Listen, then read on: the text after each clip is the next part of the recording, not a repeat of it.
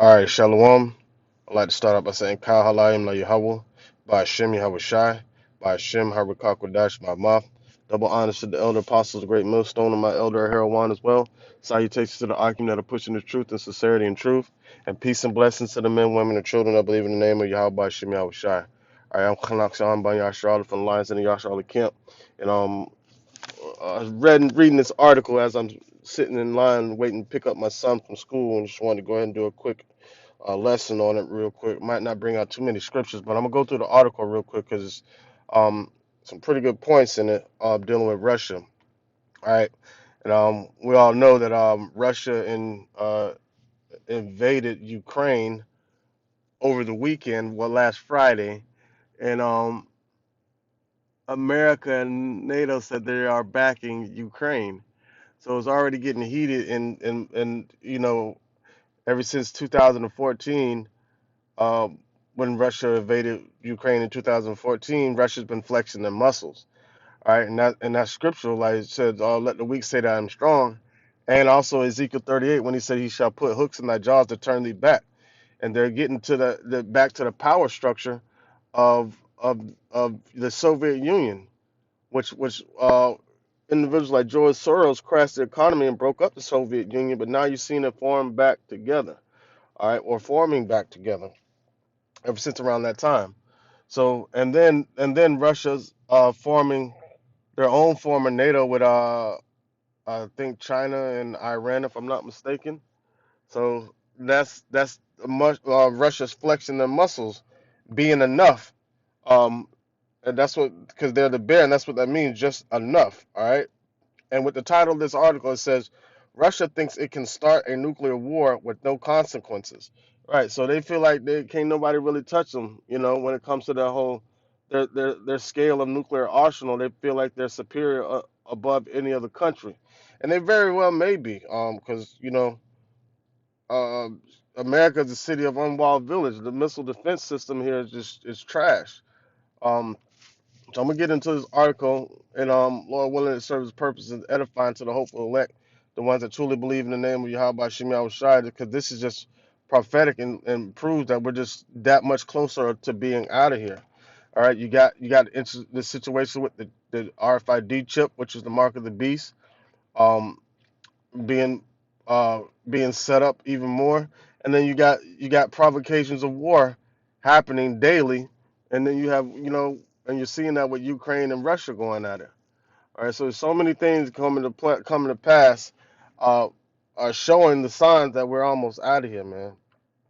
All right, so Russia believes it can introduce nuclear weapons into a conventional war without taking nuclear fire in return, and that such action will result in a Russian military victory.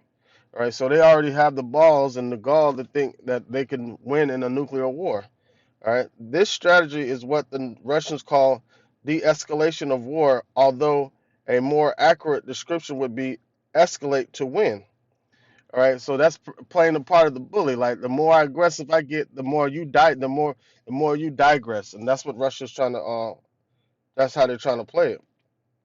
In 2012, the Russian Ministry of Defense retired the de-escalation concept involved reiterated Slakia, the de-escalation concept involving a limited use of weapons, including precision weapons, in order to de-escalate sources of tension and resolve the conflict situation on conditions favorable to Russia.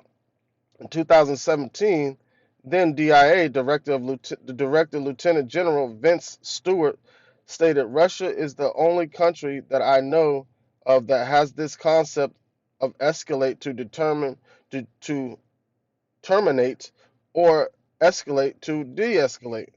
But they do have that built into their operational concept. Right. So Russia feels like the more they flex their muscles and show their power, and that's what America's been doing over the years. When America flex their muscles, and knowing that they got NATO behind them, all these other European countries, countries tend to back down, and this is the concept that Russia is developing over the years since 2012. All right, it says we've seen them exercise that idea It's really kind of a dangerous idea.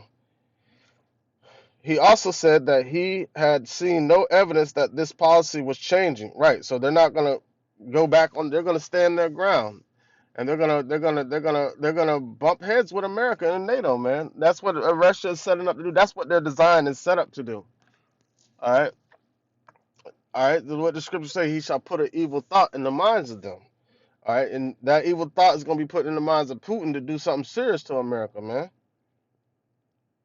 All Russian nuclear exercises have several functions: training the troops, exercising command and control, and making implicit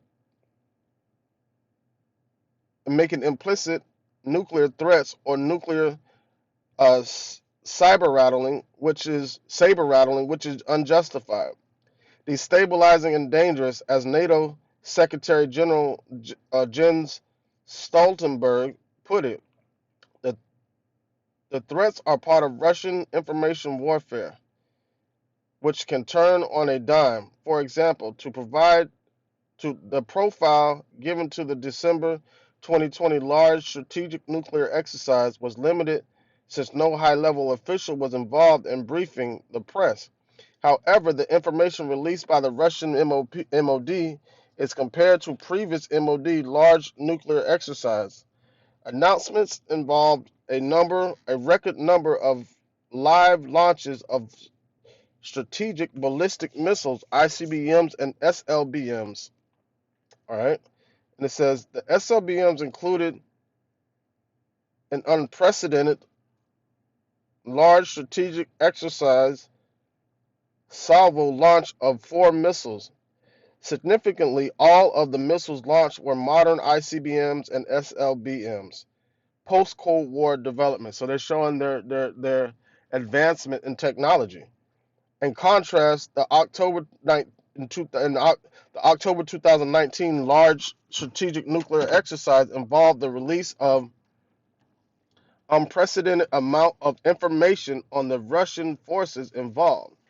About half of the strategic nuclear forces participated in the exercise, and according to the noted Russian journalist Pavel Flagner, at the end of the exercise, there was a simulated launch of most of the forces involved.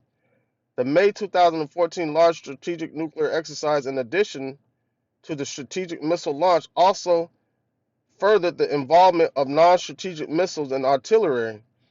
This was apparently motivated by the desire to threaten NATO in the midst of the Russian invasion of eastern Ukraine. This happened back in 2014. The information released in Russian exercises is clearly linked to their information warfare goals. All right. So I just wanted to bring that out, and I'm gonna put a